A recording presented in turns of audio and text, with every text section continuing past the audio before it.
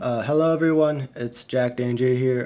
Today I'm going to be talking about Loki theories and specifically what I think would happen in episode 5 and episode 6, and also what I think happened in episode 3. As you can probably guess from the title, this is a video about Loki, the TV show, so if you haven't watched it, I would highly suggest you watch it. It's one of the best TV shows I've watched, and it's certainly one of the best Marvel properties I've watched too. If my theory is right, I'm going to be posting this on Reddit, on Twitter, everywhere that will listen, so I can get the ultimate bragging rights. So let's get right on into it. Needless to say, spoilers ahead for episodes 1 through 4.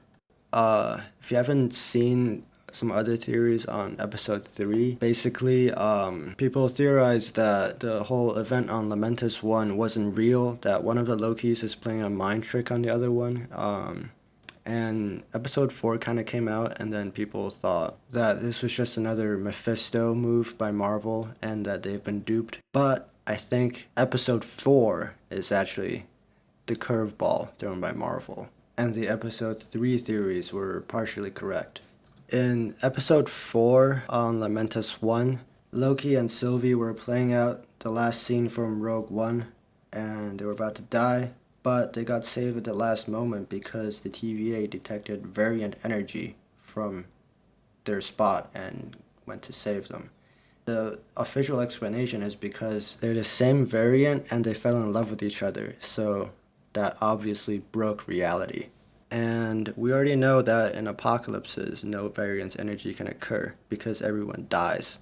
So someone must have survived on Lamentus 1, because I don't care how strong your love is, it doesn't matter if they're both dead, alright? So here's my theory.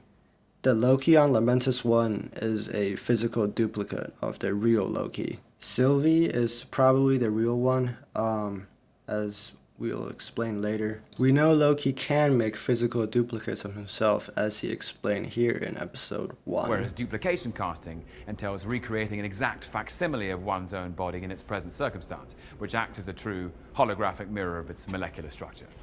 But you already knew that.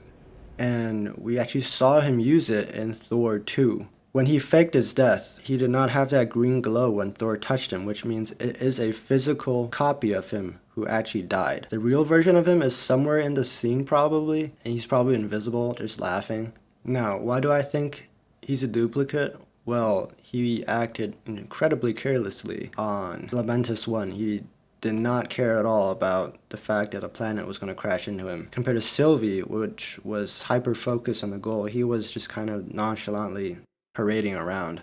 And the only explanation is that he wasn't actually fearing for his life, because that's not him. That's just a duplicate of him. This would also explain why they were able to send out that variance energy, because the Loki on Lamentus 1 was a fake one. The real Loki, if I have to guess, is probably still in Roxgard. And he diverged when he followed Sylvie into that portal. He left the real version of himself in Roxgard, I think. And the reason why the variance energy was sent out, it was because the real Loki is controlling the duplicate Loki, and he experienced love. He was in love. So even if both Sylvie and the duplicate Loki dies, the reality has already been altered, the universe has been altered, and that's why another branch came out, because Loki was changed fundamentally. As for the relationship between Loki and Sylvie, I hope it's romantic, but it's probably gonna be self-love. I'm pretty sure it's gonna be that. I feel like the showrunners don't have the balls to actually make it just a full-on romance. Plus the way that Mobius was saying, like the way Mobius was saying it makes it sound weird. So I think it was intentional. And since I already went this far, I might as well just go for the home run here. I think the reason why Loki finding love was able to create a Nexus event was because the TVA is created by Old Man Loki. Now, if you haven't heard the Old Man Loki theories, it's basically in the comics there was an Old Man Loki and he was evil.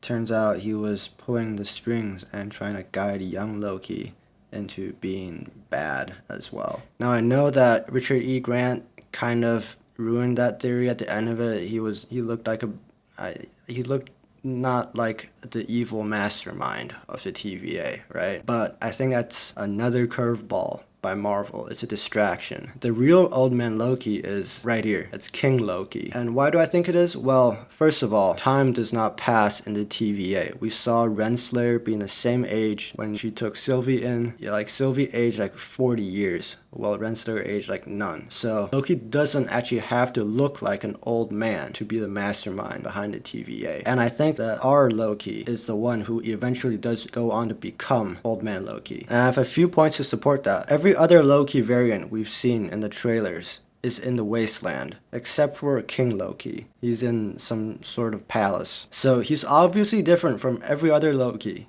And if he founded the TVA, he is very surely evil. It would explain why that Nexus event caused by Loki finding love altered the sacred timeline, because Loki became good. Or whatever love he found made it so that he did not go down that path to become King Loki. It would also explain why the most common variants are Lokis. Well, it's because a little change in Loki's life could lead to him not forming a TVA, and forming a TVA is the kind of the crux of the whole thing. So like if Loki didn't form the TVA, like this wouldn't exist at all. So I think that's why he is the most common variant. So that's my theory, guys. Drop a like, subscribe. It's my first video on YouTube, so any support is appreciated. And I hope you all have a great day. And if I end up being right, post this everywhere.